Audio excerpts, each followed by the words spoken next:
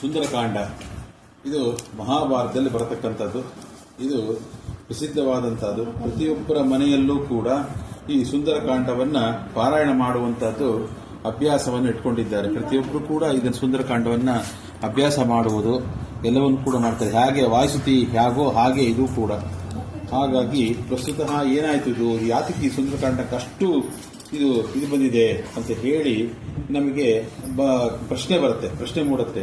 ಆ ಪ್ರಶ್ನೆಗೆ ಇದರ ಪಾರಾಯಣ ಮತ್ತೆ ಇದರಲ್ಲಿ ಆಚಾರ್ಯ ಮಧ್ವರಾಯರು ರಚಿಸಿರ್ತಕ್ಕಂತಹ ಶೈಲಿ ಎಲ್ಲವೂ ಕೂಡ ಅಡಕವಾಗಿದೆ ಅಂದರೆ ತಪ್ಪಾಗಲಿಕ್ಕಿಲ್ಲ. ಇದು ಹೇಗೆ ಇದಕ್ಕೆ ಯಾತಕ್ಕೋಸ್ಕರ ಇಂತಹ ಇದು ಬಂತು ಅಂತಂದ್ರೆ, ಯಾವ ಸೀತಾ ಆಕೃತಿಯನ್ನ ಅಪಹರಣ ಆಗಿರ್ತಕ್ಕಂಥದ್ದನ್ನು ಕೇಳಿ ರಾಮ ಎಲ್ಲಿ ಸೀತೆ ಎಲ್ಲಿ ಅಂತ ಹೇಳಿ ಹುಡುಕ್ತಾ ಇರೋ ಹಾಗೆ ಅದನ್ನ ವಿಷಯವನ್ನ ನಾವು ರಾಮಾಯಣದಲ್ಲಿ ಕೇಳ್ತೀವಿ. ಆಗ ಸಂಪಾತಿಯಿಂದ ಸೀತಾಕೃತಿಯ ವಿವರಣೆಯನ್ನ ನಮಗೆ ಈ 6ನೇ ಅಧ್ಯಾಯದಲ್ಲಿ ಮಹಾಭಾರತ ತಾತ್ಪರ್ಯದಲ್ಲಿ 51ನೇ ಶ್ಲೋಕದಲ್ಲಿ ಅದನ್ನ ವಿವರಣೆಯನ್ನ ನಾವು ನೋಡಬಹುದು. ಹಾಗಾಗಿ ಅಲ್ಲಿ ಏನು ಹೇಳ್ತಾ ಇದ್ದಾರೆ ಅಂದ್ರೆ, ಸಂಪಾತಿ ಹೇಳ್ತಾ ಇದ್ದಾನೆ, ಇಲ್ಲಿಂದ 100 ಯೋಜನೆಯಲ್ಲಿ ಸೀತಾಕೃತಿ ಇದೆ, ಅದನ್ನ ಲಂಕೆಯಲ್ಲಿ ಇರತಕ್ಕಂಥದ್ದು ಅಂತ ಹೇಳಿ ಹೇಳ್ತಾ ಇದ್ದಾರೆ.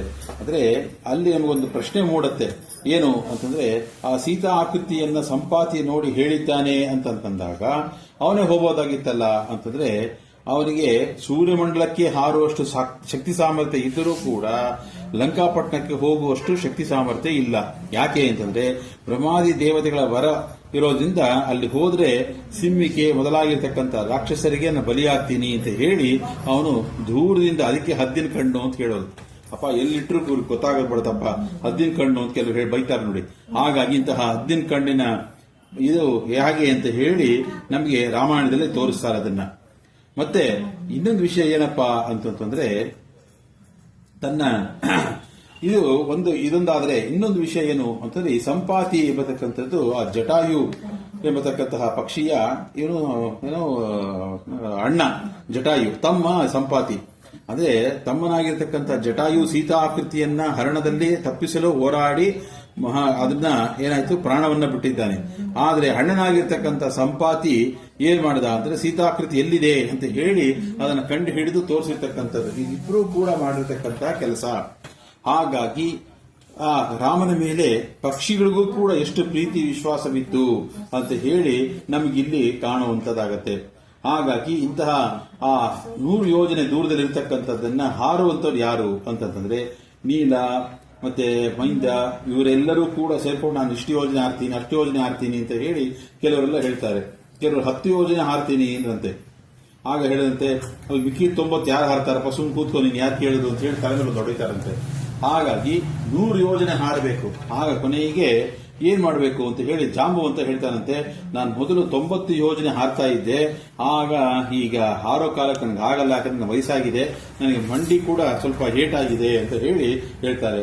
ಕೊನೆಗೆ ಯಾರ ಹತ್ರ ಬರುತ್ತೆ ಅಂತಂದ್ರೆ, ಆಗ ಕೊನೆಗೆ ಎಲ್ಲರೂ ಕೂಡ ಸೇರ್ಕೊಂಡು ವಾಯುದೇವರ ಮಗನಾಗಿರ್ತಕ್ಕಂಥ ಅವತಾರ ಪುತ್ರರಾದಂತಹ ಹನುಮಂತ ದೇವರ ಹತ್ರ ಬಂದು ನೀವು ಹಾರಬೇಕು ಅಂತ ಹೇಳಿ ಪ್ರಾರ್ಥನೆಯನ್ನ ಮಾಡ್ಕೋತಾರೆ. ಆಗ ಪ್ರಾರ್ಥನೆಯನ್ನ ಮಾಡಿಕೊಂಡಾಗ ಆಯ್ತು ಅಂತ ಹೇಳಿ ಅವರು ಹಾರಲಿಕ್ಕೆ ಸಿದ್ಧರಾಗ್ತಾರೆ. ಅಂದ್ರೆ ಇಲ್ಲಿ ಯಾಕೆ ಮೊದಲೇ ಹನುಮಂತ ದೇವರು ಹೋಗೋದಾಗಿತ್ತಲ್ಲ, ಇಷ್ಟೆಲ್ಲ ಯಾತಿಗೆ ಹೇಳಿದ್ರು, ಇದು ಯಾಕೋ ಸ್ವಲ್ಪ ತುಂಬಾ ವಿಸ್ತಾರವಾಯ್ತಲ್ಲ ಅಂತ ಕೆಲವರು ಅಭಿಪ್ರಾಯ ಪಡಬಹುದು, ಬೇಕಿಲ್ಲ. ಅದಕ್ಕೆ ಆಚಾರ್ಯ ಮಧ್ವರಾಯರು ಅದಕ್ಕೆ ಉತ್ತರವನ್ನು ಕೊಡ್ತಾರೆ. ತೇಷಾಂ ಅಶಕ್ತಿ ಪ್ರಕಟಾಂ ವಿದಾಯ ಅಂತ, ತೇಷಾಂ ಅಶಕ್ತಿ ಪ್ರಕಟಂ ವಿದಾಯ. ಹಾಗಾಗಿ ಅವರವರ ಶಕ್ತಿಯನ್ನ ಪ್ರಕಟಣೆ ಮಾಡಲಿ, ಯಾರು ಎಷ್ಟೆಷ್ಟು ಹಾರ್ತೀವಿ ಯೋಜನೆ ಹಾರ್ತೀವಿ ಅಂತ ಹೇಳಿ ಅವ್ರಿಗೆಲ್ಲರಿಗೂ ಕೂಡ ಗೊತ್ತಾಗಬೇಕು. ಗೊತ್ತಾಗಿ ಕೊನೆಗೆ ಇವರೆಲ್ಲರಿಗಿಂತಲೂ ಕೂಡ ಉತ್ತಮರಾಗಿರ್ತಕ್ಕಂಥವ್ರು ಯಾರು, ಜೀವೋತ್ತಮರಾದಂತಹ ವಾಯುದೇವರೇ ಅದಕ್ಕೆ ಶಕ್ತಿ ಸಾಮರ್ಥ್ಯವನ್ನು ಹೊಂದಿರತಕ್ಕಂಥವರು. ಹಾಗಾಗಿ ಅವರೇ ಹಾರಬೇಕು ಅಂತ ಹೇಳಿ ಅವರೆಲ್ಲರೂ ಕೂಡ ಕೇಳ್ಕೊಂಡು ಕೊನೆಗೆ ಅವರು ಹಾರ್ಲಿಕ್ಕೆ ಅವರು ಏನ್ ಮಾಡಿದ್ರು, ಮುಂದೆ ಅದು ಬಂದ್ರು ಅಂತ ಹೇಳಿ ಹೇಳ್ತಾರೆ.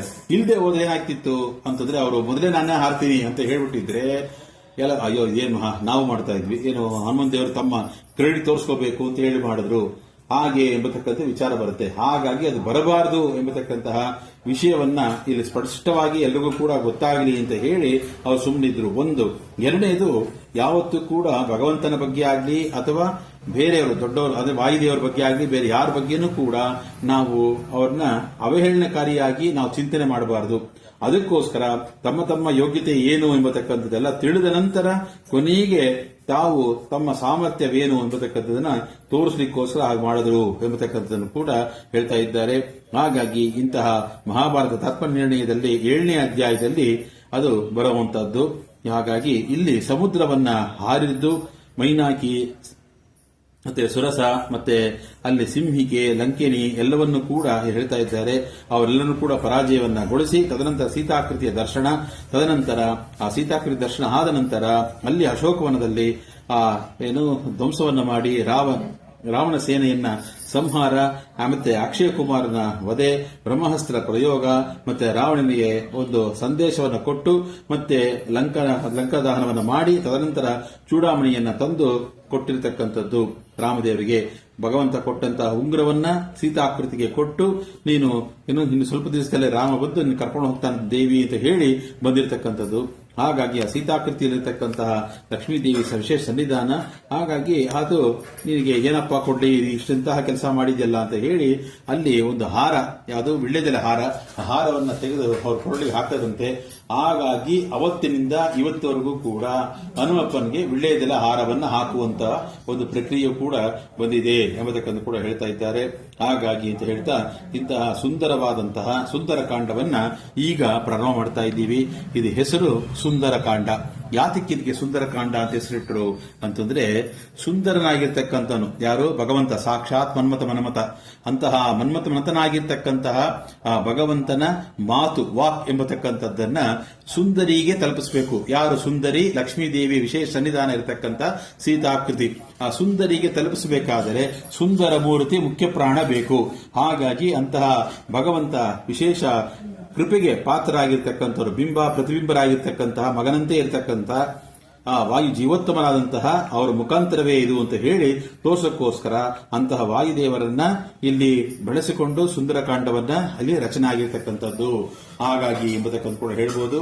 ಹಾಗಾಗಿ ಇನ್ನೊಂದು ಏನಪ್ಪಾ ಅಂತಂದ್ರೆ, ಇಲ್ಲಿ ಭಗವಂತನ ವಾಕ್ ಅಂತಂತಂದ್ರೆ ವೇದ ವೇದ ವೇದ ಪ್ರತಿಪಾದ್ಯನಾಗಿರ್ತಕ್ಕಂಥ ಭಗವಂತ, ವೇದ ಅಭಿಮಾನಿ ಆಗಿರ್ತಕ್ಕಂತಹ ಲಕ್ಷ್ಮೀದೇವಿಯ ಮಧ್ಯದಲ್ಲಿ ಯಾರಿರಬೇಕು ಅಂತಂದ್ರೆ ಅವರಿಬ್ಬರ ಸಂಭಾಷಣೆ, ಅವರ ಮಾತುಕತೆ ಮತ್ತೆ ಅವರ ಭಗವಂತನ ವೇದದ ಅಧ್ಯಯನ ಅಥವಾ ಅದರದ ಒಂದು ವಿಶೇಷ ಸಂಗತಿಯನ್ನು ತಿಳ್ಕೋಬೇಕಾದ್ರೆ ಆಚಾರ್ಯ ಮಧ್ವರಾಯರ ಒಂದು ಆ ಭಾಷ್ಯದ ಮುಖಾಂತರವಾಗಿ, ಹಾಗಾಗಿ ಎಂಬತಕ್ಕದ್ದನ್ನು ಕೂಡ ನಮಗೆ ತಿಳಿಸೋಕ್ಕೋಸ್ಕರ ಇದು ಸುಂದರಕಾಂಡ ಅಂತ ಕೂಡ ಕರೀತಾರೆ.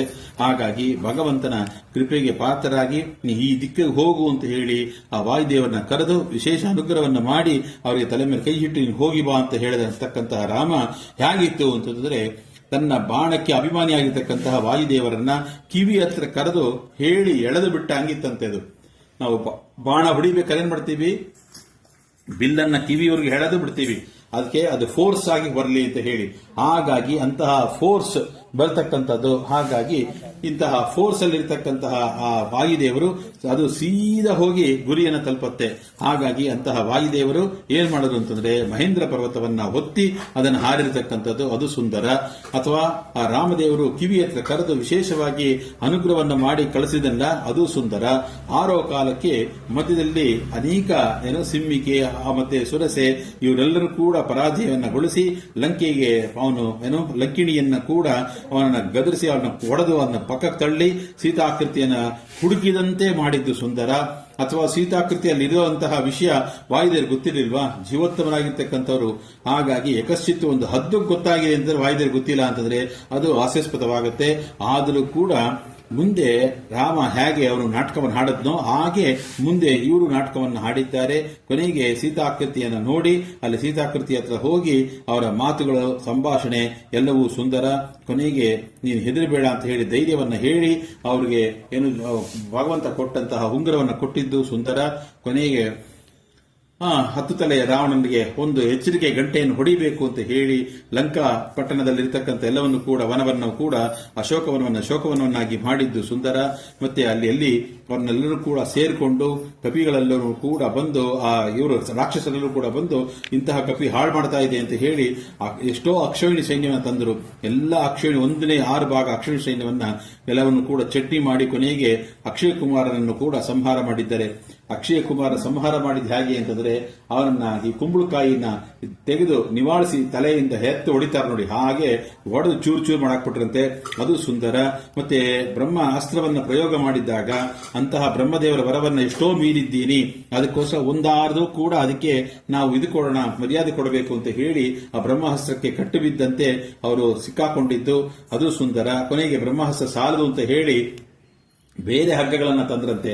ಹಾಗಾಗಿ ಆ ಬ್ರಹ್ಮಾಸ್ತ್ರ ನೋಡ್ತು, ಓ ನನ್ನ ಪ್ರಯೋಜನ ಇಲ್ಲ ಇಲ್ಲಿ ಇವ್ರ ಕೈಗೆ ಅಂತ ಹೇಳಿ ಅದು ಹೊಟ್ಟೋಯ್ತಂತೆ. ಅಂದ್ರೆ ದೊಡ್ಡವರು ಮಾಡಿರ್ತಕ್ಕಂಥ ಹಸ್ತಶಸ್ತ್ರದ ಮುಂದೆ ಸಣ್ಣದಾಗಿರ್ತಕ್ಕಂಥ ಹಗ್ಗವನ್ನು ತಂದು ಕಟ್ತೀನಿ ಅಂತಂದ್ರೆ ಹಾಗಾಗಿ ಅದು ಹೊಟ್ಟೋಯ್ತು. ಹಾಗಾಗಿ ಅದು ಸುಂದರ.